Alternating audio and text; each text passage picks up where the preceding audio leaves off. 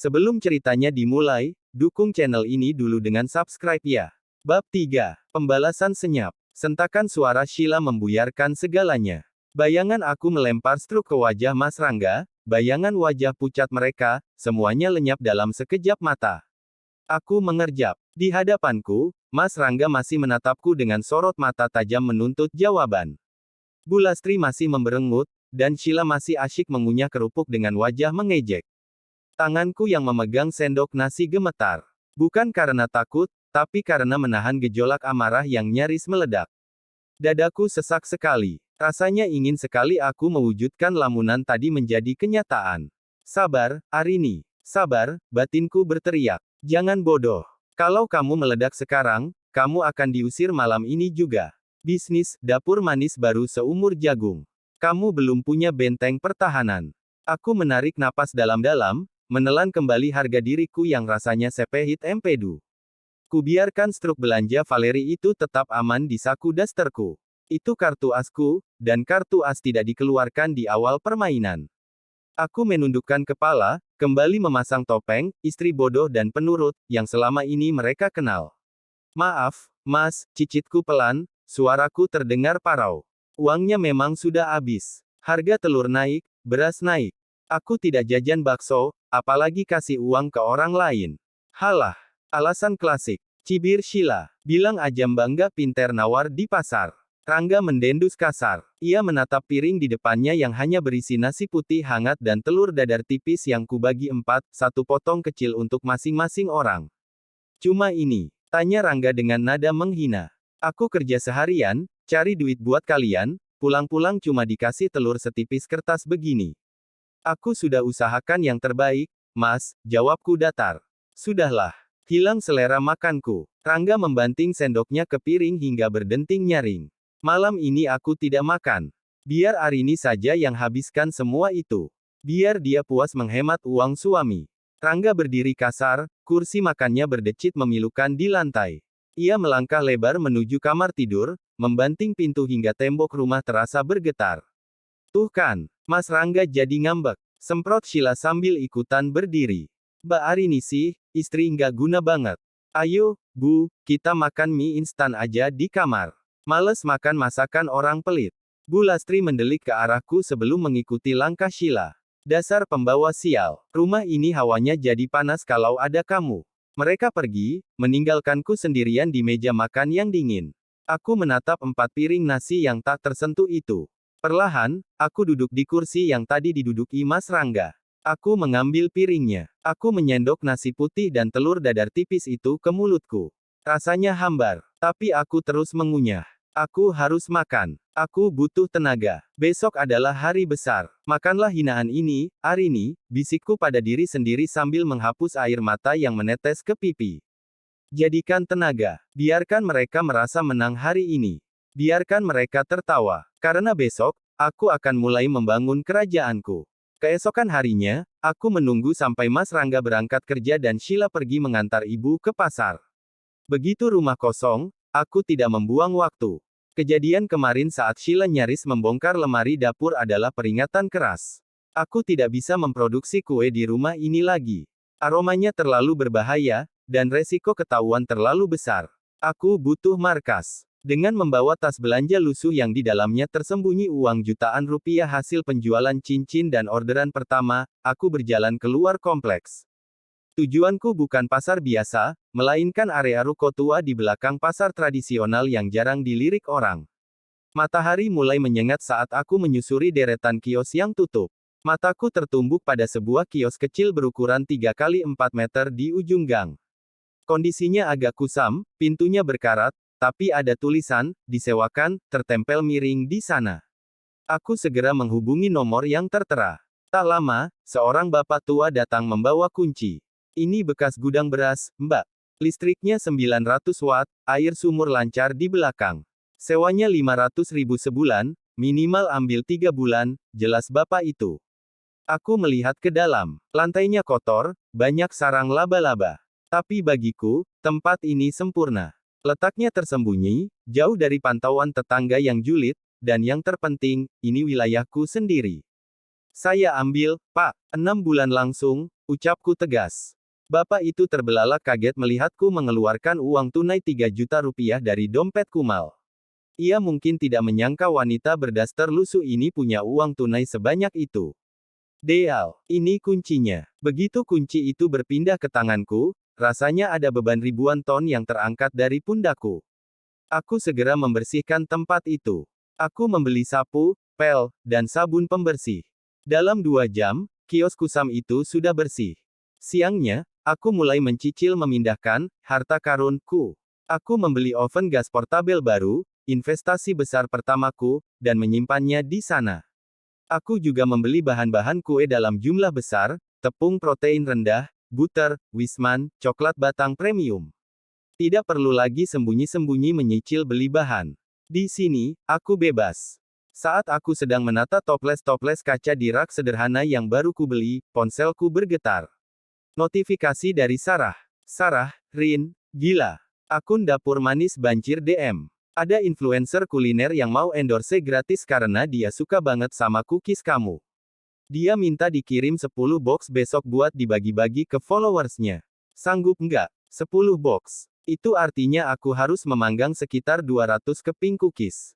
Aku menatap oven baruku. Lalu menatap kedua tanganku. Aku sanggup, Sar.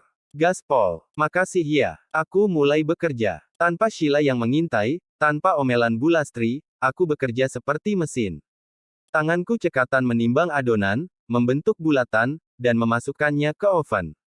Aroma butter dan coklat leleh memenuhi ruangan kecil itu. Aroma kesuksesan. Hingga sore menjelang, tumpukan cookies matang sudah siap dikemas. Rasanya lelah, punggungku mau patah, tapi hatiku puas luar biasa. Saat aku hendak pulang ke rumah kontrakan, neraka itu, aku mampir sebentar ke toko kosmetik di pasar. Aku membeli sebuah lipstik murah berwarna nude dan bedak tabur. Aku menatap pantulan wajahku di cermin toko. Wajah ini kusam, mata ini lelah. Tapi sorot matanya sudah berbeda. Tidak ada lagi Arini yang takut. Tunggu aku pulang, Mas, gumamku sambil tersenyum miring. Istrimu yang bodoh, ini baru saja membuka cabang pertamanya. Aku pulang tepat sebelum maghrib, membawa kantong kresek berisi sayur kangkung dan tempe, penyamaran sempurnaku. Masuk ke rumah, suasana kembali suram. Dari mana saja kamu? Keluyuran terus. Sambut Bu Lastri yang sedang menonton TV. Cari kangkung murah di pasar yang agak jauh, Bu, jawabku santai, lalu berjalan ke dapur. Aku meletakkan kangkung itu di meja. Di balik suara air keran yang kunyalakan, aku membuka aplikasi mobile banking di ponsel rahasiaku. Saldo masuk hari ini, Rp3.500.000. Aku tersenyum. Silakan hina aku sepuasnya, Bu. Silakan pelit sepuasnya, Mas. Karena setiap kali kalian merendahkanku, digit di rekeningku justru bertambah 1. Perang dingin ini, aku yang pegang kendali. 2 minggu berlalu sejak aku menyewa kios bekas gudang beras itu. Rutinitasku berubah drastis, menjadi sebuah pola gila yang menguras fisik namun memuaskan batin. Pukul 3 pagi, saat Rangga masih mendengkur, aku sudah bangun. Bukan untuk sholat malam seperti biasa, melainkan menyelinap keluar lewat pintu belakang, menembus kabut pagi menuju kiosku. Di sana, aku menjadi ratu. Aku memanggang puluhan loyang soft cookies, mengemasnya, dan menempelkan stiker dapur manis dengan penuh kebanggaan. Pukul 6 pagi, aku sudah kembali ke rumah, mandi kilat, dan berubah kembali menjadi babu.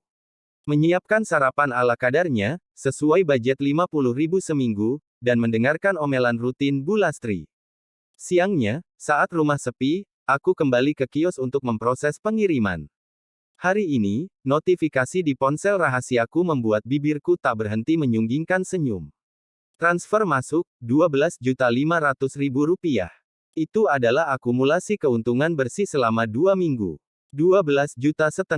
Angka yang dulu hanya bisa kumimpikan saat merengek minta tambahan uang sabun pada Rangga.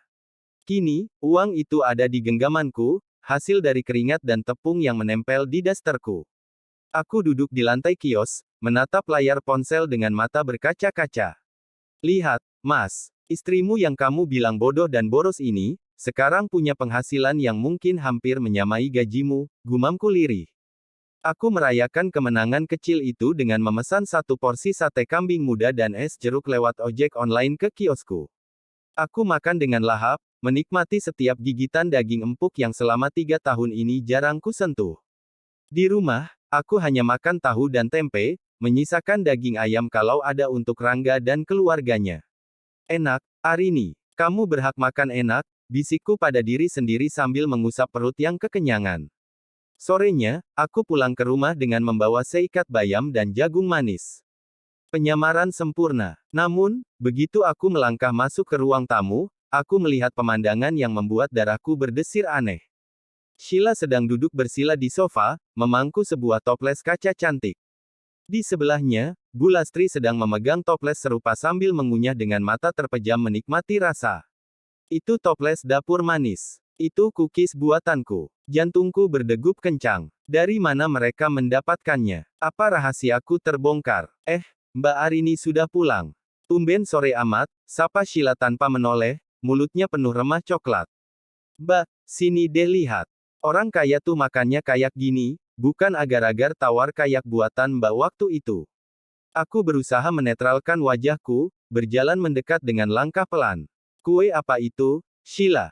Kelihatannya enak. Enak. Ini mah bukan enak lagi, Mbak. Ini surga. Seru Sheila antusias. Ini soft cookies yang lagi viral banget di TikTok. Temanku, si Devi, antri po seminggu baru dapat.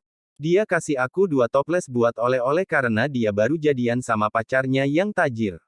Aku menahan napas. Ternyata Devi, salah satu pelanggan setiaku yang sering pesan lewat Sarah, adalah teman Sheila. Dunia sempit sekali. Coba, Bu, rasanya beda kan sama kue-kue pasar? Tanya Sheila pada ibunya. Bu Lastri mengangguk-angguk, menjilat sisa coklat lumer di jarinya.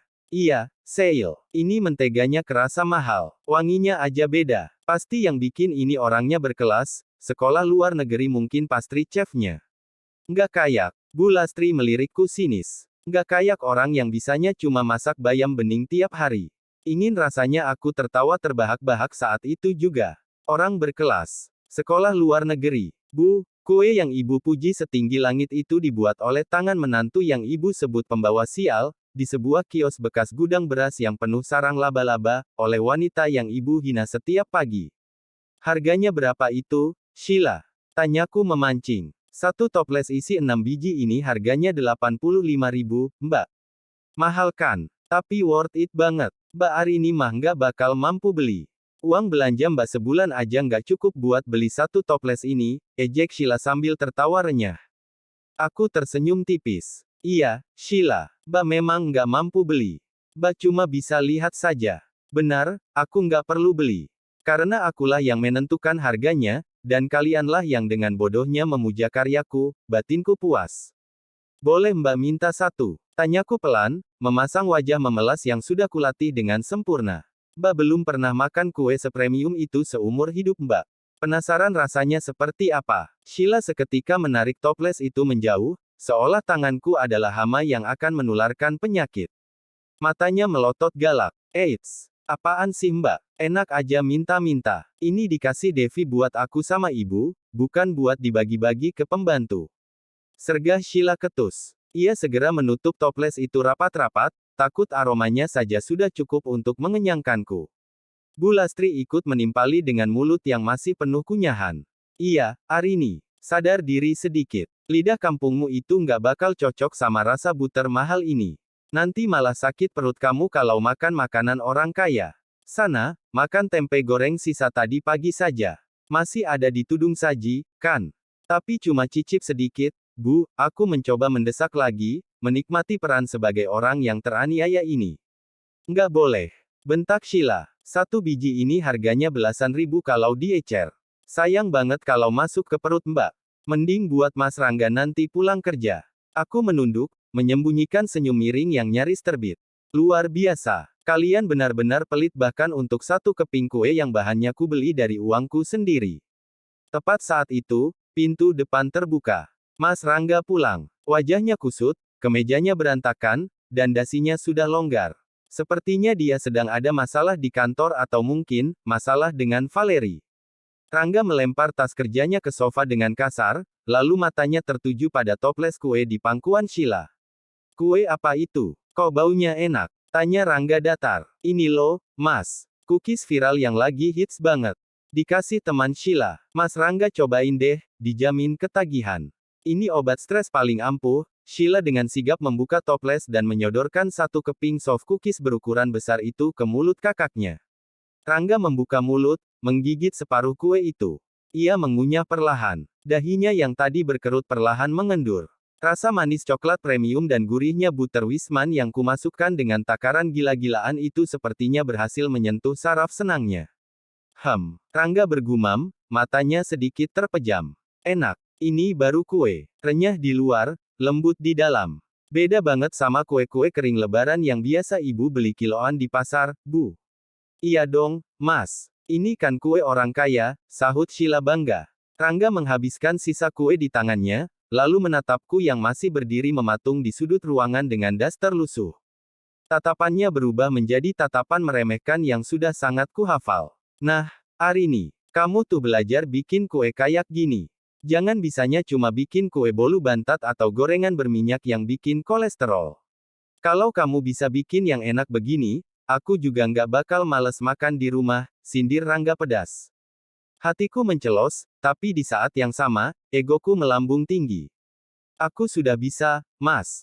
Bahkan akulah yang menciptakan rasa yang sedang kamu puji-puji itu, teriakku dalam hati. Iya, Mas. Nanti aku belajar, jawabku menunduk, menyembunyikan kilatan kemenangan di mataku. Tapi aku butuh modal buat beli bahannya. Katanya menteganya mahal. Halah.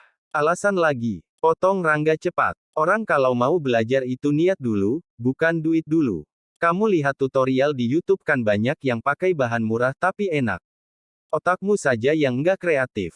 Ia mengambil satu keping cookies lagi dari toples Sheila tanpa permisi. Arini, buatkan kopi. Jangan terlalu manis. Aku mau makan kue ini sambil ngopi. Dan kamu, jangan coba-coba comot kue ini ya. Ini jatahku sama ibu dan Sheila. Baik, Mas, jawabku patuh. Aku beranjak ke dapur. Sambil menyeduh kopi hitam untuk Rangga, aku menatap pantulan diriku di kaca jendela dapur yang mulai gelap. Ironi ini begitu lucu hingga rasanya ingin menangis saking gelinya. Mereka menghina pembuatnya, tapi memuja karyanya. Mereka bilang aku tidak berkelas, tapi lidah mereka tunduk pada racikanku. Mereka melarangku memakan kueku sendiri, padahal di kios sana, aku bisa memakan ratusan keping jika aku mau. Makanlah yang banyak, Mas Rangga, Ibu, Sheila, bisikku pada uap kopi yang mengepul. Nikmati kue itu sampai remah terakhir. Karena itu adalah satu-satunya hal manis yang akan kalian dapatkan dariku mulai sekarang. Aku membawa kopi itu ke ruang tamu. Mereka bertiga sedang berebut sisa kue di toples. Sisain buat ibu, Seil. Ih, Mas Rangga curang, ngambil dua. Aku meletakkan kopi di meja, lalu mundur perlahan. Mas, pesan kue gini dong. Pesan 3 toples, buat aku, ibu sama Mas. Biar kita nggak rebutan. Nanti aja, tunggu Mas Agus gajian, Mas beli 6 toples. Malam itu, saat Mas Rangga sudah terlelap, aku membuka ponselku lagi. Aku mengirim pesan pada Sarah. Aku, Sar, naikin harga per toples jadi 95.000 mulai besok. Branding kita ganti jadi, eksklusif artisan cookies. Sarah, hah. Yakin Rin, nanti takutnya kemahalan. Aku, yakin. Pasarnya ada kok. Orang-orang sombong yang butuh pengakuan sosial akan tetap beli berapapun harganya. Aku kenal betul karakter pembeli macam itu. Oke deh kalau gitu. Aku meletakkan ponsel dan menatap punggung Rangga. Malam ini aku tidur dengan perasaan menang. Di bawah bantal, kartu ATM baruku terasa hangat. Besok, aku berencana membeli sesuatu yang sudah lama kudambakan sejak menikah tapi dilarang Rangga, sebuah krim perawatan wajah mahal. Tentu saja, aku akan menyimpannya di kios. Wajah Arini yang kusam akan perlahan berubah menjadi glowing. Dan saat Rangga menyadarinya nanti, dia akan bertanya-tanya, siapa yang membiayai kecantikan istrinya? Pertanyaan itu akan menjadi teror baru baginya.